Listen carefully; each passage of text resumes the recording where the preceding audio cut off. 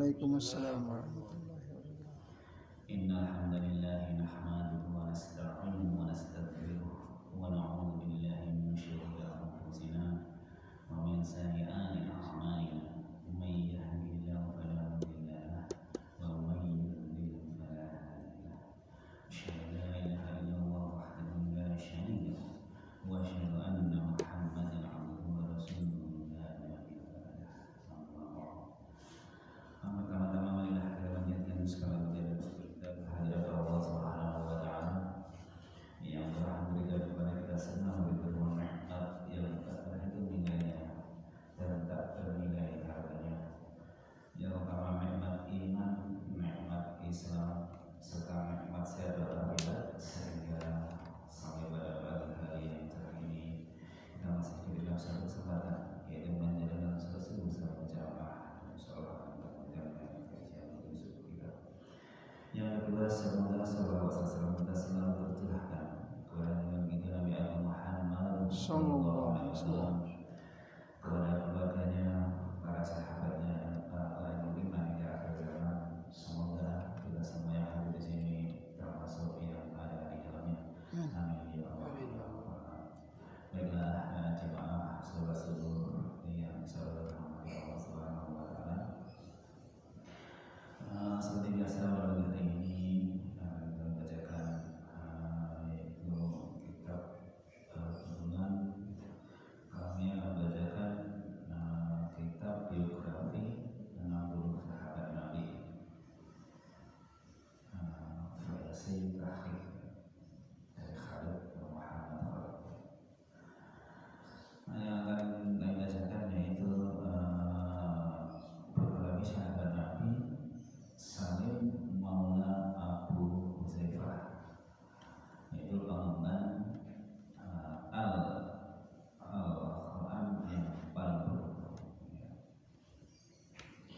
Suatu hari Rasulullah SAW berpesan kepada para sahabatnya, ambillah olehmu Al-Quran dari 4 orang, yaitu Abdullah bin Mas'ud, Salim Maula Abu Huzaifah, Ubay bin Ka'ab, dan Mu'adz bin Jabal. Kita telah mengenal Ibnu Mas'ud, Ubay, dan Mu'adz berasal dari dunia. Nah, sekarang siapakah sejatinya sahabat sahabat yang diberikan oleh Rasulullah sebagai andalan yang memperhatikan dalam mengajarkan Al-Quran? Ia adalah Salim, mantan budak Abu Huzaifah. Pada mulanya ia hanyalah seorang budak.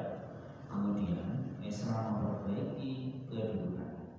Ia diambil sebagai anak angkat oleh salah seorang pemimpin Islam yang terkemuka, yang masuk Islam lebih dahulu dan merupakan seorang bangsawan dan pemimpin Quraisy. Ketika Islam menghapus tradisi memungut anak budak, ketika Islam menghapus tradisi memungut anak angkat, Salim pun menjadi saudara, sahabat karib, serta budak yang telah dimerdekakan bagi orang yang memungutnya sebagai anak, yaitu sahabat yang mulia bernama Abu Huzaifah bin Uqbah. Berkat karunia dari Allah SWT, Salim mencapai kedudukan tinggi dan terhormat di dalam kalangan kaum muslimin yang dipersiapkan darinya oleh keutamaan jiwa tidak ragu dan bertakwa. Sahabat Rasulullah yang mulia ini dipanggil Salim Maula Abu Huzaifah karena dulunya ia adalah seorang budak dan kemudian dibebaskannya. Ia beriman kepada Allah dan Rasulnya tanpa menunggu lama dan mengambil tempatnya di antara orang-orang Islam angkatan pertama. Huzaifah bin Uqbah sendiri merupakan sosok lebih awal dan bersegera masuk Islam yang pada waktu itu menyebabkan ayahnya Uqbah bin Rabi'ah murka dan kecewa, sehingga ketenangan hidup ayahnya itu menjadi keruh karena keislaman putranya itu. Huzaifah memang seorang yang terpandang di kalangan kaumnya dan pada waktu itu ayahnya mempersiapkannya untuk menjadi seorang pemimpin Quraisy. setelah dimerdekakan diangkat anak oleh ayahanda Huzaifah yang telah masuk Islam, sehingga waktu itu ia dipanggil Salim bin Abi Huzaifah. Kedua orang itu pun beribadah kepada Allah Subhanahu wa taala dengan hati yang tunduk dan khusyuk serta tabah terhadap penganiayaan Khawarij dan tipu muslim mereka. Suatu hari turunlah ayat yang membatalkan tradisi mengambil anak angkat. Dengan demikian setiap anak angkat dinasabkan kepada nama ayah biologisnya. Contohnya Zaid bin Harithah yang diangkat anak oleh Nabi SAW dan dikenal oleh kaum muslimin dengan panggilan Zaid bin Muhammad SAW, ia kembali dinasabkan kepada nama ayah kandungnya sehingga namanya menjadi Zaid bin Harithah. Tetapi Salim tidak dikenal siapa ayahnya, sehingga ia menghubungkan diri kepada orang yang telah membebaskannya hingga dipanggil Salim Maula bin Huzaifah.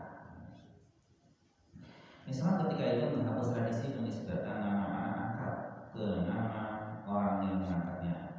Mungkin tidak mengatakan kepada kaum muslimin agar mereka jangan mencari hubungan kekeluargaan dan silaturahmi yang mengakibatkan persaudaraan mereka lebih kuat daripada persaudaraan karena Islam itu sendiri dan akidah yang menjadikan mereka bersaudara.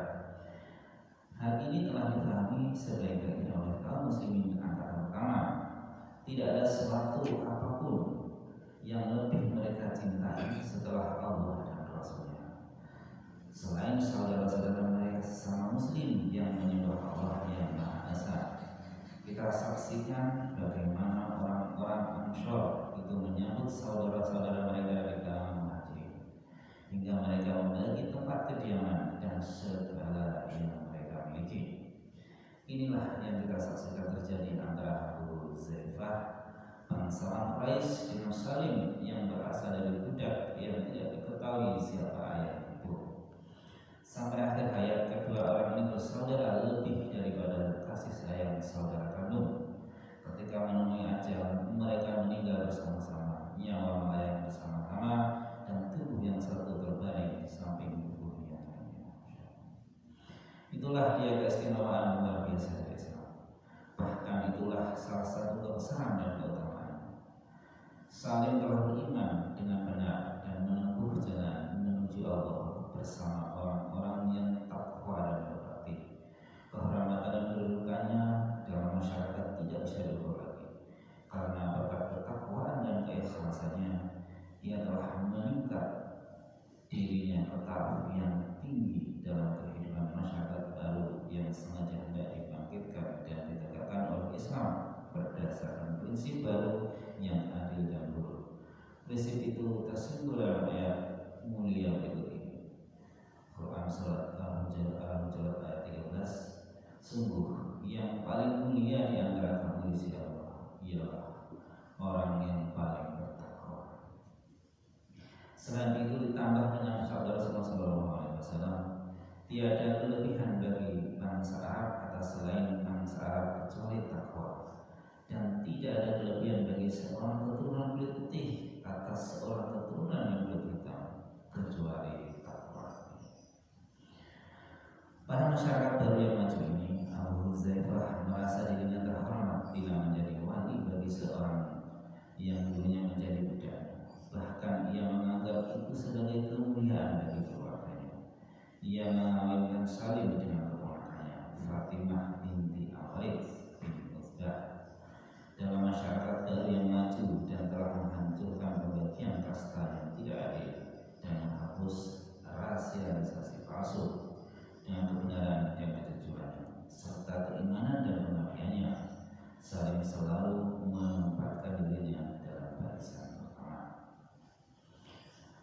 Tidak salah bila ia menjadi imam bagi orang-orang yang hijrah dari Makkah ke Madinah setiap sholat mereka di Masjid Quba.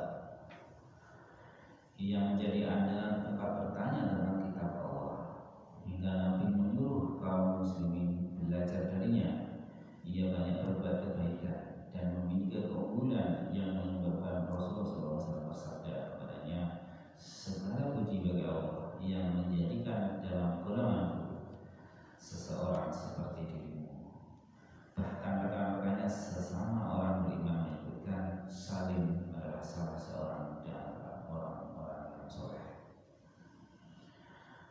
hidup Salim ini tidak berbeda dengan riwayat hidup Bilal, riwayat hidup 10 sahabat Nabi ahli ibadah, dan riwayat hidup para sahabat lainnya yang sebelum masuk Islam hidup sebagai budak, beliau yang hina dan miskin. Ia diangkat oleh Islam dengan mendapat kesempurnaan tertentu, sehingga dia menjadi penuntun umat ke jalan yang benar. Ia juga menjadi tokoh penentang kezaliman sebagai ksatria di bidang agama. Pada diri Salim terhimpun keutamaan-keutamaan yang terdapat dalam Islam. Keutamaan-keutamaan itu berkumpul pada dirinya dan bersinar di lingkungan sekitarnya. Sementara keimanannya yang mendalam mengatur semua itu menjadi suatu susunan yang sangat indah. Kelebihannya yang paling menonjol pada dirinya adalah mengemukakan apa yang benar secara terus terang. Ia tidak menutup mulut terhadap sesuatu kalimat yang seharusnya diucapkannya, dan ia tidak mungkin mengkhianati hidupnya dengan berdiam diri terhadap kesalahan yang mendekatinya. Setelah Makkah dibebaskan oleh kaum muslimin, Rasulullah SAW mengirimkan beberapa rombongan ke kampung-kampung dan suku-suku Arab sekalian di Makkah dan menyampaikan kepada penduduknya bahwa Rasulullah SAW sengaja mengirim mereka itu untuk berdakwah, bukan untuk berperang. Sebagai pemimpin dari salah satu pasukan ialah Khalid bin Walid. Ketika Khalid sampai di tempat yang dituju, terjadilah suatu peristiwa yang menyebabkannya terpaksa menggunakan senjata dan menumpahkan darah. Ketika peristiwa ini sampai kepada Nabi SAW, beliau mohon ampun kepada Rabbnya sangat lama sekali sambil berkata, "Ya Allah, aku berlepas diri kepadamu dari apa yang dilakukan oleh Khalid." Umar juga memiliki pesan tersendiri terhadapnya. Ia pun mengambil perhatian khusus terhadap pribadi Khalid dengan ungkapan ada kezaliman dalam perang Khalid. Ya. Selain Maula Abu Huzaifah ikut dalam satuan yang dipimpin oleh Khalid ini bersama sahabat-sahabat lainnya. Ketika Salim melihat perbuatan Khalid itu, ia menegurnya dengan sengit dan menjelaskan kesalahan-kesalahan yang telah dilakukannya. Khalid pahlawan besar masa jahiliyah dan Islam itu pada awalnya hanya diam dan mendengarkan apa yang dikemukakan temannya itu, kemudian membela dirinya sehingga pada akhirnya meningkat menjadi perdebatan yang sangat sengit. Akan tetapi Salim tetap berpegang pada pendiriannya dan mengungkapkannya tanpa ada rasa takut atau bermanisme mulutnya. Ketika itu ia memandang Khalid bukan sebagai salah seorang bangsa Mekah, dan ia pun tidak merendah diri karena dahulu ia seorang budak. Hal ini tidak mempengaruhinya sama sekali karena Islam telah menyamakan mereka. Ia juga tidak memandangnya sebagai seorang panglima yang kesalahan-kesalahannya harus dibiarkan begitu saja.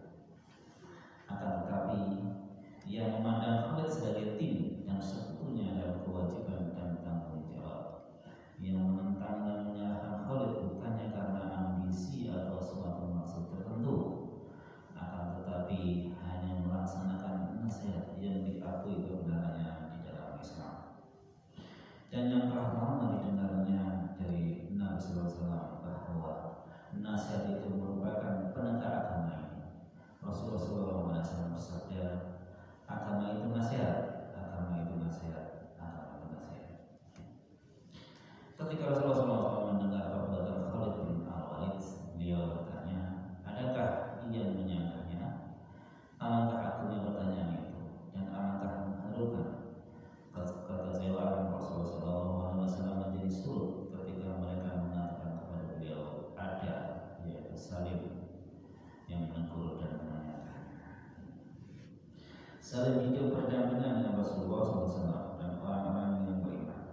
Ia tidak pernah ketinggalan dalam suatu peperangan, mempertahankan agama dan tidak kehilangan semangat dalam suatu ibadah. Persaudaraannya dengan Abu Huzaifah pun semakin hari semakin bertambah. Saat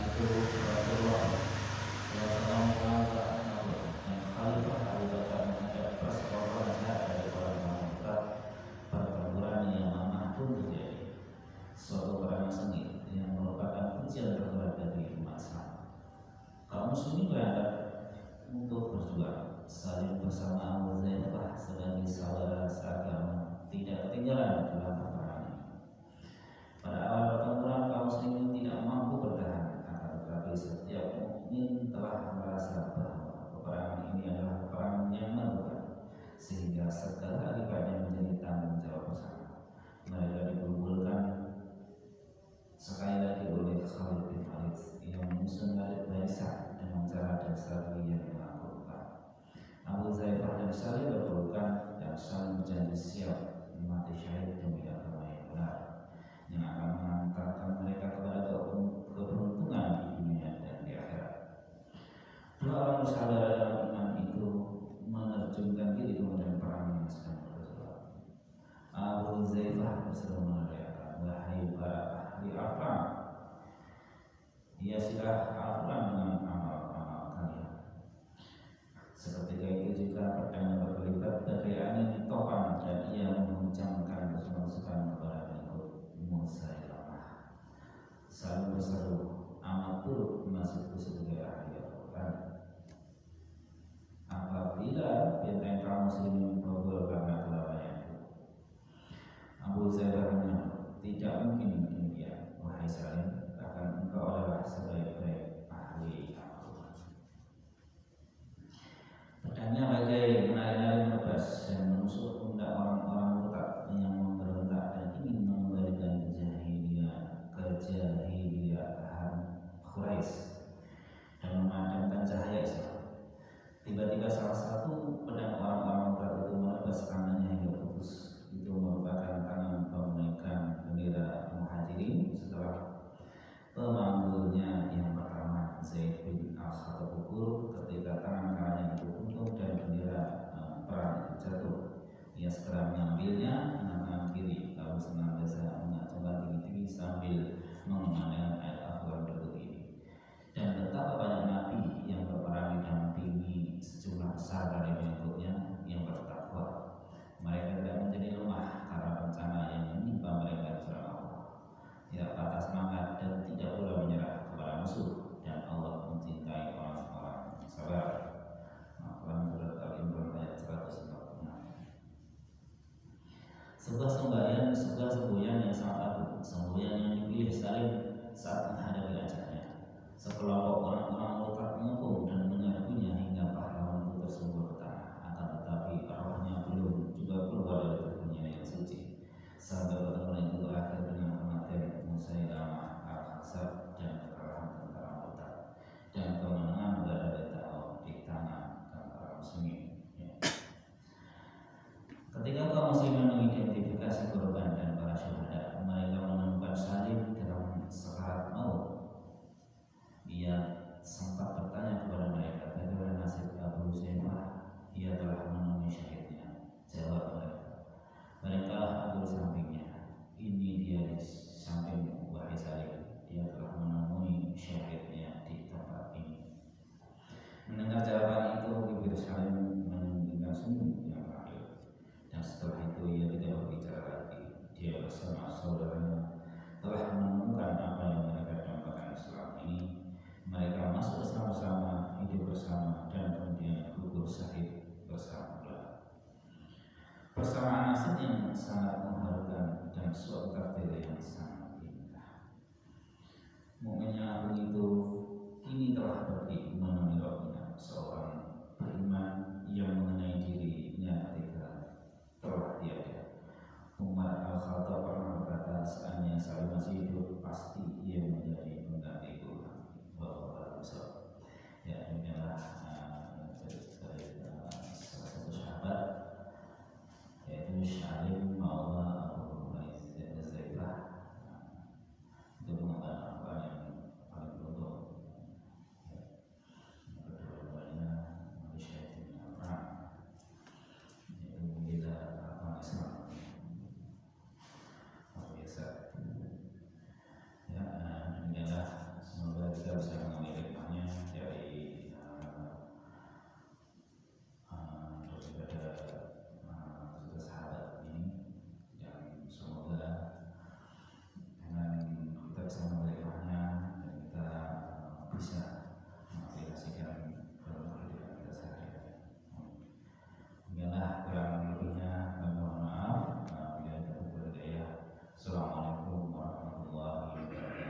Waalaikumsalam warahmatullahi wabarakatuh.